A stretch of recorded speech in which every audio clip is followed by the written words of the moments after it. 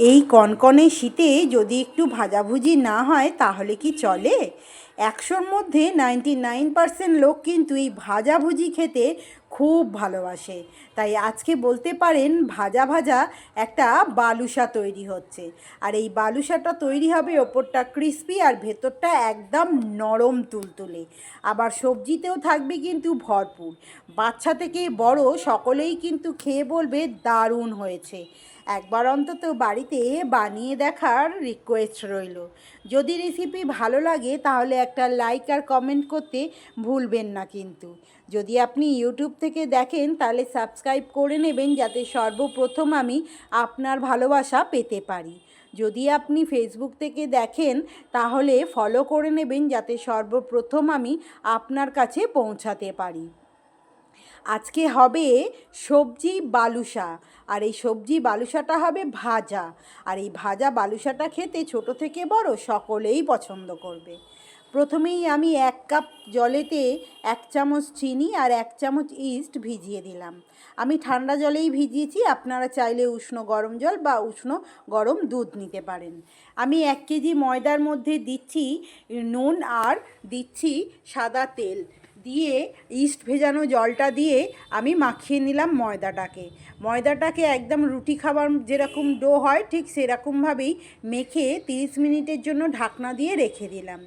এদিকে একটা কড়াইতে সাদা তেলের মধ্যে দিয়েছি জিরে ফোড়ন আর মিহি করে কুচিয়ে নিয়েছি আলু। সে মিহি করে কুচিয়ে নেওয়া আলুটা কড়াই দিয়ে আমি দেব ছোট ছোট ডুমডুম করে কেটে রাখা ফুলকপি। বাজারে এখন ভরপুর ফুলকপি, আর ফুলকপি দিয়ে এরকম রেসিপি হবে না তা কখনো হয়? এরপর আমি নুন আর হলুদ দিয়ে 5 মিনিটের জন্য ফুলকপিটাকে বেশ ভালো করে নাড়াচাড়া করে নিলাম। দিচ্ছি আমি ধনে গুঁড়ো, দিচ্ছি জিরে গুঁড়ো, দিচ্ছি গোলমরিচ গুঁড়ো, দিচ্ছি গরম মশলা গুঁড়ো আর দিলাম একটু ভাজা মশলা। ভাজা মশলার রেসিপি দেওয়া আছে আমার চ্যানেলে।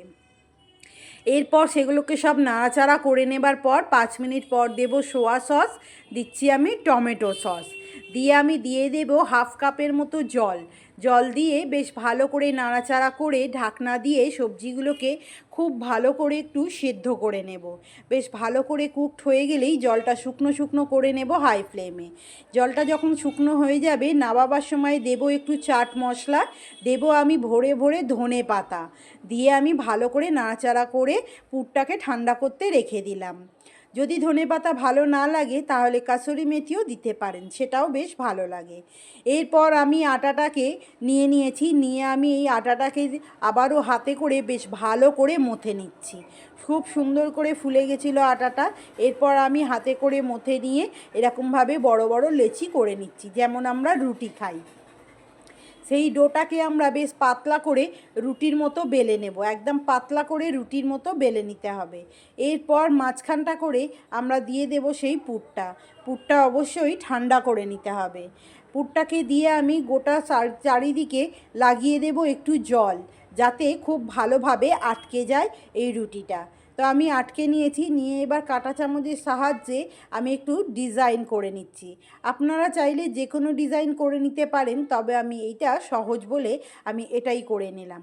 এরপর কড়াই সাদা তেল ভালো করে গরম করে নিতে হবে, নিয়ে লো ফ্লেমে ভাজতে হবে এই ভাজা বালুশাইগুলো। ফুলকপি দিয়ে ভাজা বালুশাই খেতে কিন্তু বেশ দারুণ হয়। ওপরটা হবে ক্রিস্পি আর ভেতরটা হবে নরম তুলতুলে।